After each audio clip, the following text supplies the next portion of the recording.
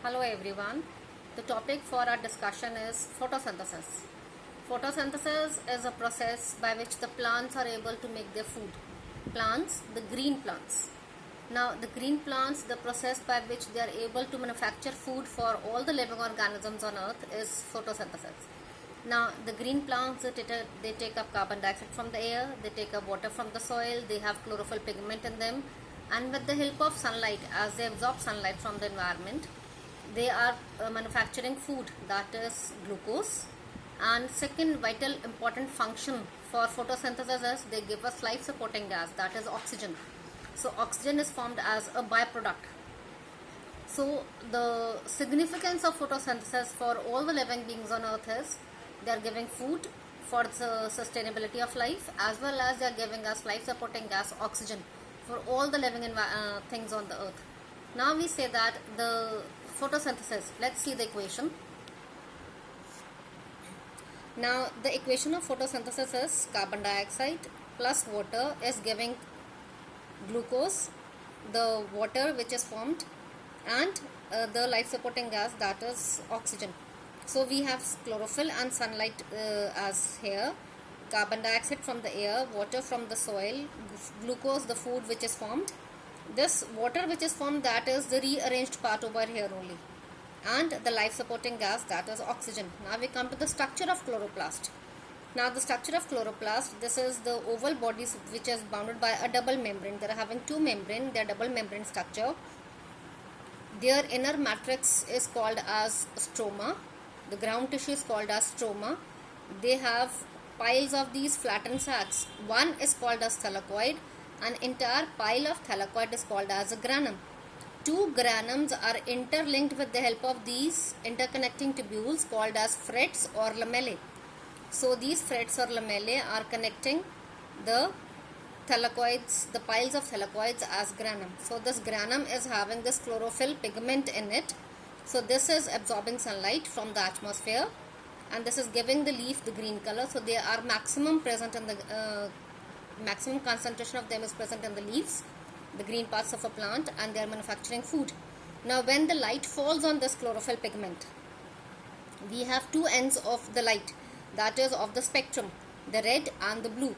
So they are absorbing the red and the blue part of the spectrum, and they are reflecting green. So the chlorophyll is appearing green. Yes, and the maximum photosynthesis occurs in the red and the blue part of the light. So when the light falls on them, the red and the blue lights are giving the maximum photosynthesis, and the green light is giving the minimum photosynthesis. So they are reflecting the green light, and this sunlight, when too much light falls on this chlorophyll pigment, it is destroyed. So the formation of chlorophyll depends upon the exposure to the plant, how much the plant is exposed to the light.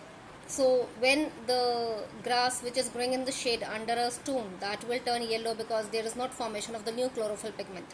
Yes, now we see that how the chlorophyll is able, or the stomata, how they open in.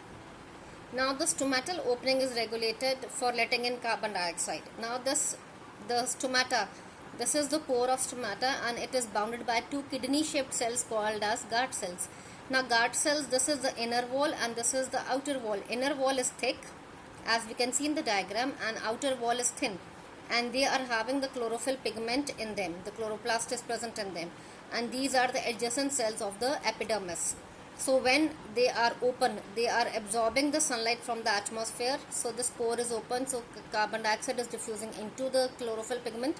They are absorbing carbon dioxide, photosynthesis occurs, and at night when they are closed, they are not able for the manufacture of photosynthesis. So they open only in daylight, and as they are able to absorb carbon dioxide, they are able to give out excessive water vapors also. So transpiration is also occurring through the stomatal pores. Now the opening and closing of stomata, how they are regulated, we have two theories for them. First is potassium ion concentration theory, and second is sugar ion concentration theory. Now the first is potassium ion concentration theory, that is very same, that as the chlorophyll, this guard cells are absorbing sunlight, they are manufacturing photosynthesis, they are able to take up, they manufacture ATP. ATP is adenosine triphosphate. So for the adenosine triphosphate, they are able to absorb the potassium ions from the adjacent cells, the epidermal cells.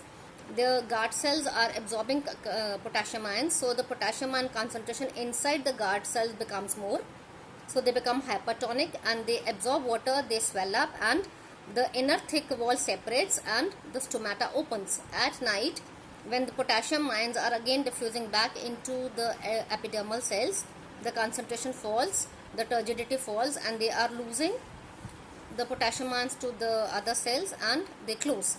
Same is with the sugar concentration theory. Sugar concentration theory is what we have done in the absorption chapter also, that as they are able to absorb, this is chlorophyll pigment in the guard cells, they are manufacturing food.